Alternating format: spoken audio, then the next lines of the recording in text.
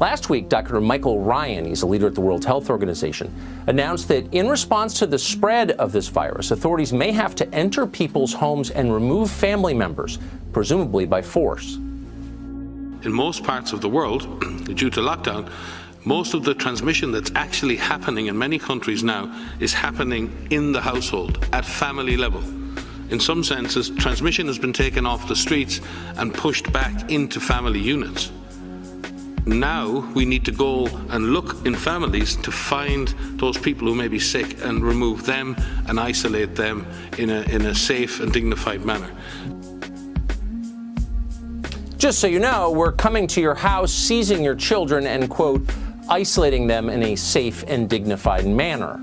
We also realize that as we find more contacts, some of the people we find are going to have trouble being isolated. For instance, if they live in a home where there's only one bathroom and there are 3 or 4 other people living there and those people don't have COVID infection, we're not going to be able to keep the person in that home. Every person who we're isolating, for instance, needs to have their own bathroom. And so we'll be moving people like this into other kinds of housing that we have available. They'll also have other needs, perhaps, food, whatever it's going to be. The county will be there to back them up and to support them. But the purpose of this program is to bring on people. We're going to start with 10 people. We may bring on up to 50 or even more as the program grows and as we see the needs for it. As we do more testing, we will find more and more people who have COVID-19.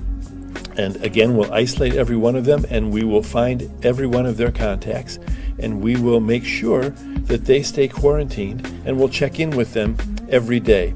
In other words, what this program means is that we're going to do a more complete job and we're going to do a more meticulous job of making it less and less possible for others in the county to run into someone with COVID-19 infection. It's not just our county that's bringing more people on. There are going to be thousands of people hired who will be these contact investigators throughout the state. And this is occurring in many, many other states as well, perhaps all of the states in our country. We will be giving intensive training to these people, training not only for identifying and finding contacts, but also in terms of how to be sensitive about doing it. We also realize that as we find more contacts, some of the people we find are going to have trouble being isolated. For instance, if they live in a home where there's only one bathroom and there are 3 or 4 other people living there and those people don't have COVID infection, we're not going to be able to keep the person in that home. Every person who we're isolating, for instance, needs to have their own bathroom.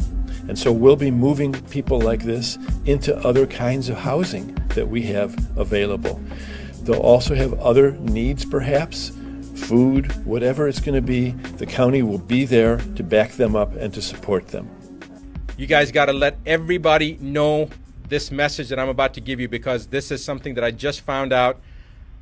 It's beyond belief. This is regarding a House resolution that was initiated on May 1st of this year, like 4, 5, 6 days. Well, I don't even know what day it is right now, but it was May 1st, introduced into the U.S. Congress. It's a House Resolution 6666.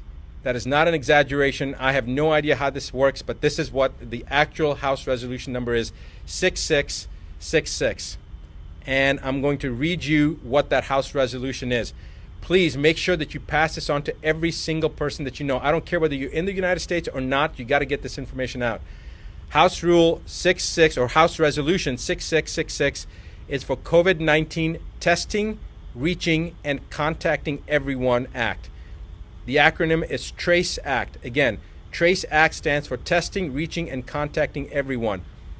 It was introduced by Bobby Rush, who is a Democrat from the state of Illinois.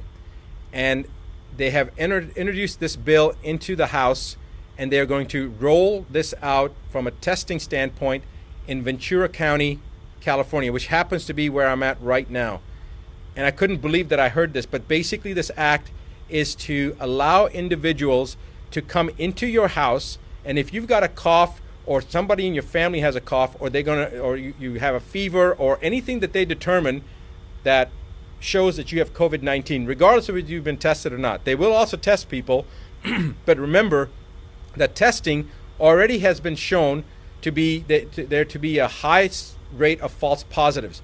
False positives meaning you don't have COVID-19, but the test shows it's false positive. It's showing up as positive, so they call it a false positive.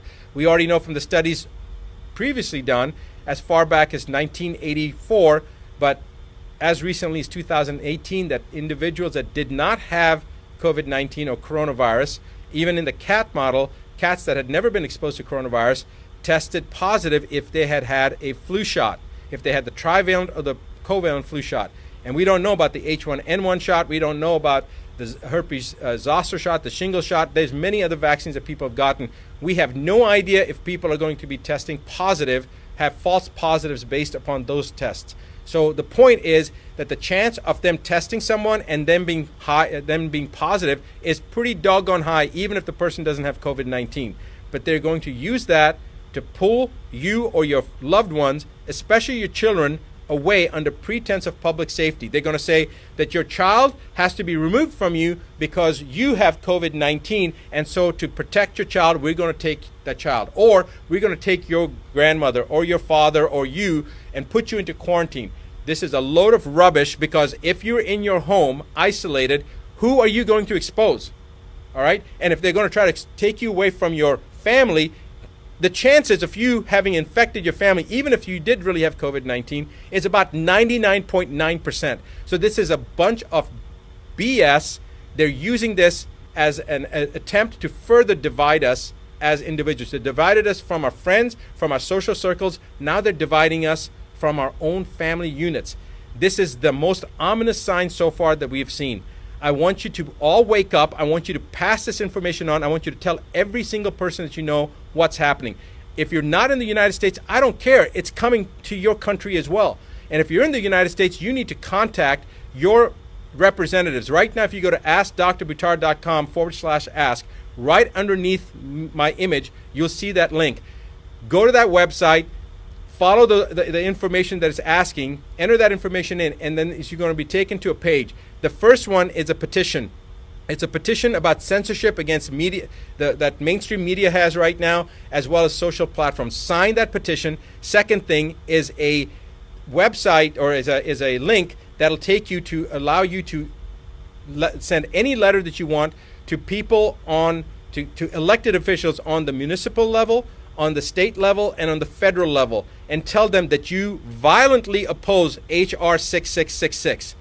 Every single person needs to do that right now. You don't have to even know your House members or your representatives or your governor or your mayor. You don't have to have any information. That link that we have, all you do is type in your name, your email address, and then click on your zip code, and it will automatically find your elected officials, and with one letter you'll get it to every single person. It's actually going to work for Australia, and it's also going to work I think Australia, UK, and Canada. I think it's coming down the pipeline. Right now it may only be working for the US, but our plan is within the next couple of days it will work for elected officials in Australia, in Canada, in the UK, and in the US. For right now it's in the US. So write down that you oppose H.R. 6666, the TRACE Act, the testing, I'm so flustered right now I can't even think. What was it? Testing, Reaching, and Contacting Everyone Act.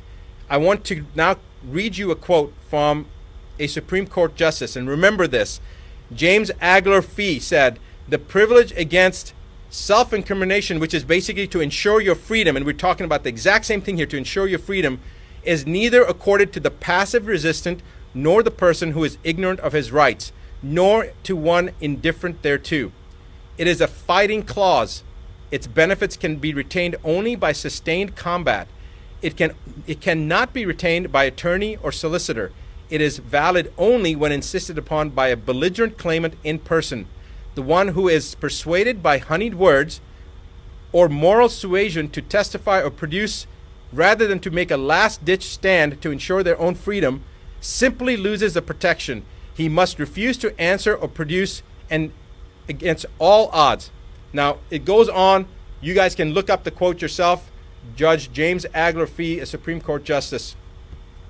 I want you to remember that this is how it all begins. Do not sit still. Let everyone in your social network know. Pass this on, pay it forward, because tomorrow it could be your family, in your county, in your state, this is going to happen. If you're in Ventura County, California right now, you need to do something today, because if you don't, tomorrow it's going to be your child or your parent or your spouse that's going to be removed. It's going to be your brother or your sister. So you need to do something right now.